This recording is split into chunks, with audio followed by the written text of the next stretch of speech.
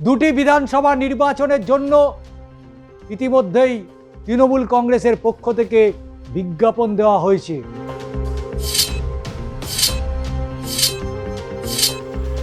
এমন পরিস্থিতিতে পূর্ব মেদিনীপুরের নন্দীগ্রামে উপনির্বাচনে আর কেউ তৃণমূলের প্রার্থী হতে চাইছে না। এক সময় তৃণমূল কংগ্রেসের প্রার্থী হওয়ার জন্য তৃণমূল ভবনে কালীঘাটের বাড়িতে লম্বা লাইন পড়ে যেত।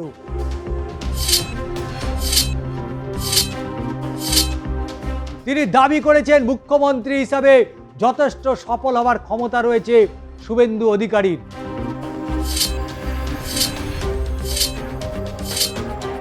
নন্দীগ্রামকেও শুভেন্দু অধিকারী অনেক কিছু দেবেন বলে আশাবাদী সুফিয়ান। পবিত্র হতে চাইছে না, শেখ সুফিয়ান হতে চাইছে না। তাহলে কি মমতা বন্দ্যোপাধ্যায় আবারও নন্দীগ্রামে গিয়ে দাঁড়াবে? আবারও তিনি সেই ভুল করবেন? উপনির্বাচন তো দূরস্থ, একটা লোক খুঁজে পাওয়া যাবে না পুরসভার নির্বাচনে প্রার্থী দেওয়ার জন্য।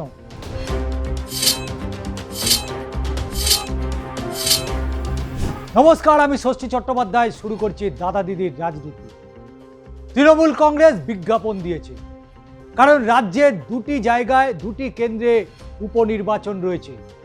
একটি অবশ্যই রাজ্যের মুখ্যমন্ত্রী শুভেন্দু অধিকারীর যে গড় নন্দীগ্রাম, এবং আরেকটি কেন্দ্র হচ্ছে রেজিনগর, যেখানে জনতা উন্নয়ন পার্টি হুমায়ুন কবির দুটি আসনে জিতেছিলেন, নওদা এবং রেজিনগর।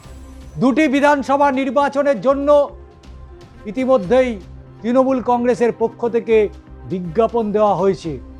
কারা প্রার্থী হতে চান অবশ্যই সেই বিজ্ঞাপনে যোগাযোগ করতে পারেন। হ্যাঁ, এই রকম পরিস্থিতি তৈরি হয়েছে বর্তমানে বিরোধী দল তৃণমূল কংগ্রেসের। এক সময় তৃণমূল কংগ্রেসের প্রার্থী হওয়ার জন্য তৃণমূল ভবনে কালীঘাটের বাড়িতে লম্বা লাইন পড়ে যেত। এ রাজ্যে মমতা বন্দ্যোপাধ্যায় এবং অভিষেক বন্দ্যোপাধ্যায় তারা যেমন চূড়ান্ত করত কে প্রার্থী হবে, তার পাশাপাশি চুনোপুটি অনেক নেতারাই বা বিধায়করা ছিলেন, তারাও মাঝে মধ্যে একটু নাম্বার দিয়ে দিতেন যে একে প্রার্থী করা হোক, এবং সেই প্রার্থী হওয়ার জন্য গ্যাটের টাকাও খরচ করতে হয় বলে অভিযোগও উঠেছে বর্তমান পরিস্থিতিতে। তবে তৃণমূল কংগ্রেসের এই রকম পরিস্থিতি যে প্রার্থী খুঁজে পাচ্ছে না, গরু খোঁজার মতো খুঁজছে, যে কারণে তাদের বিজ্ঞাপন দিতে হচ্ছে। কোথায় কোন প্রার্থী হবে, নন্দীগ্রামে তৃণমূল কংগ্রেসের প্রার্থী কে হবে, তা নিয়ে রীতিমতো গরু খোঁজা পরিস্থিতি তৈরি হচ্ছে বর্তমানে বিরোধী দলের।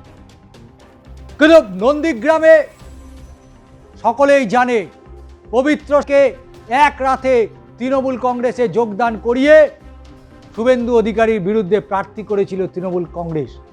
কিন্তু আজকে সেই নন্দীগ্রামে রীতিমতো বিজ্ঞাপন দিতে হচ্ছে তৃণমূল কংগ্রেসকে। তো চলুন, কারা এগিয়ে রয়েছে প্রার্থী দৌড়ে, নন্দীগ্রামে কে প্রার্থী হতে পারে, কিন্তু তারা কি বলছে সমস্তটাই শোনাবো আজকের এই ভিডিওতে। 4 মে রাজ্যে পালাবদল হয়েছে, কিন্তু পালাবদলের পরে একেবারে পুরো চিত্রটা যেন বদলে গিয়েছে।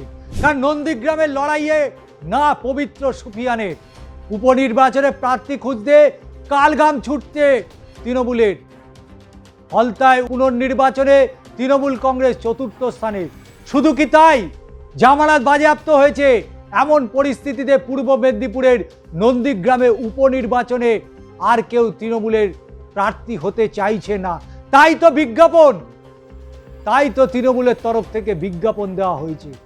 কারণ এই মুহূর্তে যা পরিস্থিতি, সেই পরিস্থিতি তৃণমূলের উল্টো দিকে হাওয়া বইছে। একদা তৃণমূল কংগ্রেসের প্রার্থী হওয়া নিয়ে তুমুল একটা ইচ্ছে প্রকাশ ছিল বিভিন্ন জায়গায়, কিন্তু বর্তমানে সেই তৃণমূল কংগ্রেসের প্রার্থী হতে চাইছেন না। কিন্তু কেন?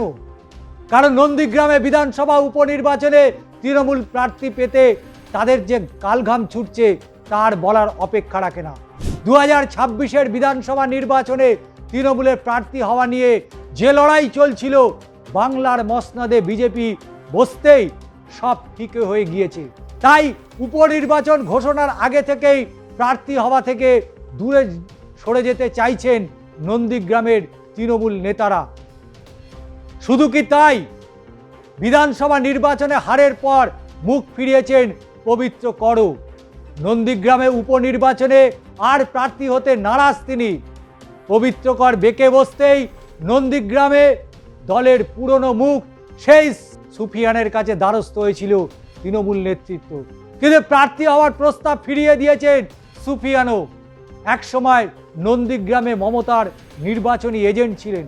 নন্দীগ্রামে উপনির্বাচন প্রার্থী খুঁজতে গিয়ে একের নাজেহাল পরিস্থিতি।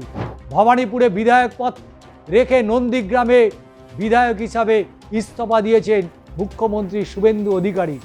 বিধানসভা ভোটে নন্দীগ্রাম থেকে প্রায় 10,000 ভোটে জয়ী হয়েছিলেন শুভেন্দু অধিকারী। সংবিধানের নিয়ম মেনে বিধায়ক পদ থেকে শুভেন্দু অধিকারীর ইস্তফা দেওয়ার পর এবার নন্দীগ্রামে নির্বাচন হবে, অর্থাৎ উপনির্বাচন। আর সেই উপনির্বাচনেই প্রার্থী খুঁজতে গিয়ে বিপাকে পড়েছে রাজ্যের প্রধান বিরোধী দল।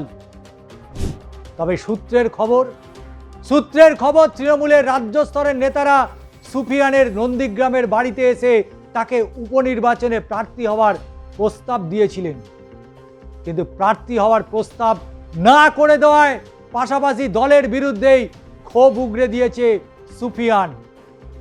কিন্তু কেন ক্ষোভ উগরে দিলেন? শুধু তাই নয়, মুখ্যমন্ত্রী শুভেন্দু অধিকারীর ভূয়সীর প্রশংসা শোনা গিয়েছে সুফিয়ানের মুখে। একসময় যে শুভেন্দু অধিকারীর বিরুদ্ধে কাট কথা বলতো, আজ ভোল বদল। তৃণমূলের রাজ্য স্তরের নেতারা সুফিয়ানের সাথে বারবার যোগাযোগ করছে, প্রার্থী হওয়ার প্রস্তাব দিচ্ছে, কিন্তু প্রার্থী হওয়ার সেই প্রস্তাব একেবারেই নাকচ করে দিয়েছে। আর তাতেই ঘেটে ঘ হয়ে গিয়েছে তৃণমূল কংগ্রেস। শুধু তাই নয়, বর্তমানের মুখ্যমন্ত্রী যেভাবে কাজ করছেন, নন্দীগ্রামে তাদের গড়ে প্রথম মুখ্যমন্ত্রী শুভেন্দু অধিকারী।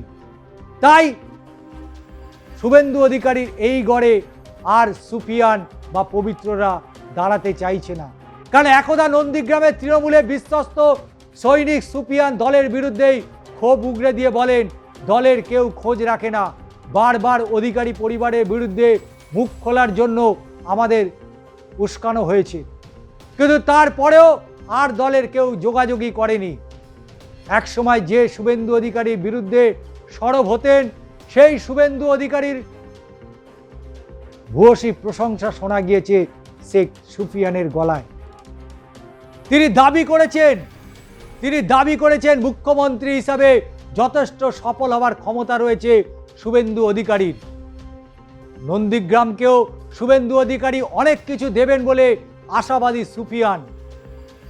শুভেন্দুর সাংগঠনিক ক্ষমতারও প্রশংসা শোনা গিয়েছে তার মুখে। কিন্তু উপনির্বাচনে নন্দীগ্রামে কি করবে মমতা বন্দ্যোপাধ্যায়, অভিষেক বন্দ্যোপাধ্যায়রা? কারণ সেখান থেকে প্রার্থী হওয়া থেকে দূরে যেতে চাইছেন নন্দীগ্রামের একের পর এক তৃণমূল নেতা কর্মীরা। তাই বিধানসভা নির্বাচনে হারের পর মুখ ফিরিয়েছে পবিত্র কর এবং তার স্ত্রী। অনেকেই আপনারা জানেন যে সেই কাঁথি পুরসভা থেকে অনেক কাউন্সিলররা পদত্যাগ করেছে, কিন্তু সেই নন্দীগ্রামে কে প্রার্থী হবে? পবিত্র হতে চাইছে না, শেখ সুফিয়ান হতে চাইছে না। তাহলে কি মমতা বন্দ্যোপাধ্যায় আবারও নন্দীগ্রামে গিয়ে দাঁড়াবে? আবারও তিনি সেই ভুল করবেন? কিন্তু সুফিয়ান বলতে ছাড়ছে না, আমাকে তো পরিবারের সঙ্গে থাকতে হয়, আমার মেয়ে, জামাই, নাতি, নাতনি, স্ত্রী এরা চাইছে না যে আর রাজনীতির সঙ্গে যুক্ত থাকি। আসলে শেখ সুফিয়ান বলতে চাইছে তৃণমূল কংগ্রেসের সাথে আর নয়, আমি তাই আর রাজনীতির সঙ্গে প্রকাশ্যে কোনো যোগাযোগ রাখবো না, প্রত্যক্ষ যোগাযোগ থাকবে না। কিন্তু এটাও বলছি স্পষ্ট করে, আমি তৃণমূল দলকে ভালোবাসি, দিদিকে ভালোবাসি। দিদির সামনে তো সব কিছু বলা যাবে না। দিদিকে আমি মায়ের মতো শ্রদ্ধা করি, ভালোবাসি। বোঝানোর চেষ্টা করব দিদিকে যে আমি আর ভোটে দাঁড়াবো না, রাজনীতিতে আর থাকবো না। কিন্তু একসময় এই নন্দীগ্রামে মমতা বন্দ্যোপাধ্যায়ের নির্বাচনের সঙ্গী ছিল শেখ সুফিয়ান। আপনারা জানেন যে 2021-এর বিধানসভা নির্বাচনে সেখানে কারচুপির অভিযোগ করা হয়েছিল এবং সেই কারচুপির অভিযোগে মমতা বন্দ্যোপাধ্যায় কলকাতা হাইকোর্টে একটি ইলেকশন পিটিশন দাখিল করেছিল। শেখ সুফিয়ানকে তাকেও কিন্তু হাইকোর্টে জামিনের জন্য আসতে হয়েছিল। কিন্তু আজকে শেখ সুফিয়ানরা তারা একেবারে বদলে গিয়েছে। তার কারণ অভিষেক বন্দ্যোপাধ্যায়, এবং শুধু তাই নয়, সেই আইপ্যাক নিয়ে যেভাবে একের পর এক নেতারা মুখ খুলছেন এবং অভিষেকের বিরুদ্ধে যেভাবে মুখ খুলছেন, আগামী পুরসভা নির্বাচনে তৃণমূল কংগ্রেস প্রার্থী কিভাবে দেবে? পুরসভাগুলোতে প্রার্থী খুঁজে পাবে তৃণমূল কংগ্রেস? এখন এই প্রশ্নই জোরালো হচ্ছে। উপনির্বাচন তো দূরস্থ, একটা লোক খুঁজে পাওয়া যাবে না পুরসভা নির্বাচনে প্রার্থী দেওয়ার জন্য। এক একজনের বাড়ি ঘরদোর দেখলে একেবারে চোখ কপালে উঠে যাবে। কিন্তু নন্দীগ্রামে কি হবে? তাই নন্দীগ্রামে তৃণমূল কংগ্রেসকে বিজ্ঞাপন দিতে হচ্ছে। কে প্রার্থী হতে চান তৃণমূল কংগ্রেসে, সরাসরি যোগাযোগ করুন কালীঘাটে। এখন দেখার বিষয় সেই বিজ্ঞাপনে কতজন সাড়া দেয়। আজকের ভিডিওটি কেমন লাগলো অবশ্যই জানাবেন এবং পাশাপাশি চ্যানেলটিকে সাবস্ক্রাইব করবেন।